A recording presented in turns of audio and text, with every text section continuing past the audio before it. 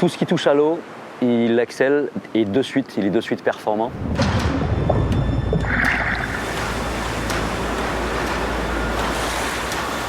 Il a navigué dans toutes les mers du monde. Il a navigué à Jose, qui est la plus grosse vague, une des plus grosses vagues mondiales. Bon, il a navigué à Bellara aussi, dans le sud de la France, du côté de Biarritz, où c'est une très très grosse vague.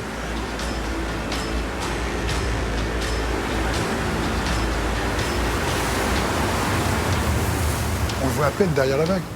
Mais j'ai pas eu peur. J'ai pas eu peur. Je crois que lui, il a pas eu peur, mais Marie-Claire, elle avait peur, oui.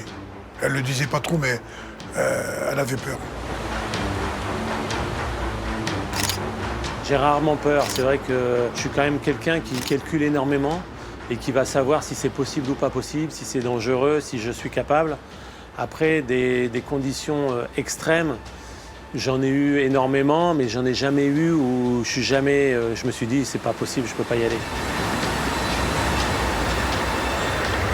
Sa vie, c'est ça. Il a pas un panneau qu'il dit bah, depuis d'ici, je passe pas, depuis d'ici, c'est dangereux, depuis d'ici, c'est pas pour moi. Tout le contraire.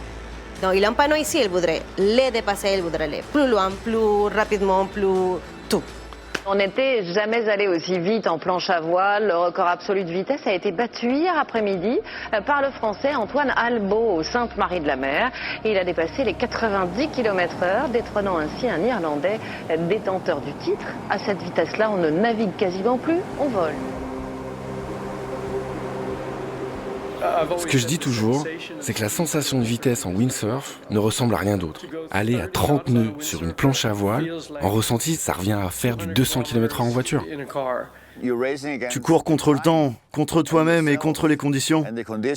Du sable qui vole, de l'eau qui s'envole, de l'eau salée, le soleil qui burine, et puis cette force de vent qui vous propulse en avant, ça c'est un truc exceptionnel qu'on n'a pas dans d'autres sports de vitesse.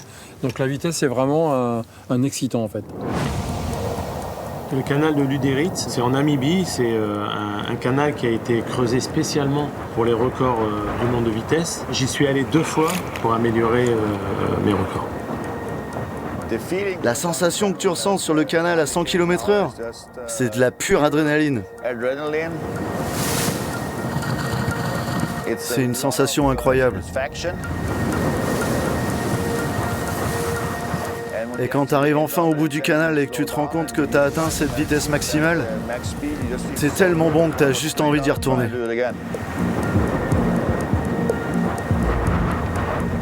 Tu fais pas une tentative. Le vent, c'est très aléatoire. En fonction de l'angle du vent, il peut y avoir plein de vagues ou alors ça peut être complètement plat. C'est pour ça qu'il faut beaucoup d'expérience et plein de tentatives pour obtenir le run parfait. C'est un engagement physique parce que le canal de l'Uderitz c'est une piste noire tu pars dans le vide. Une erreur peut être fatale.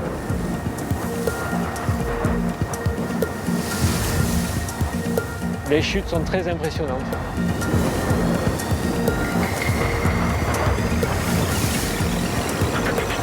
Pour savoir ce que ça représente, vous prenez votre voiture, vous roulez à 90, vous ouvrez la portière et vous sautez. C'est n'importe quoi, c'est hyper dangereux.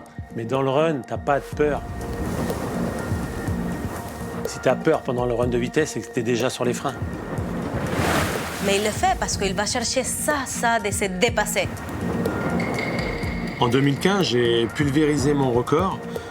J'ai fait une vitesse de 53 nœuds 27 et pour l'instant, personne n'a fait mieux.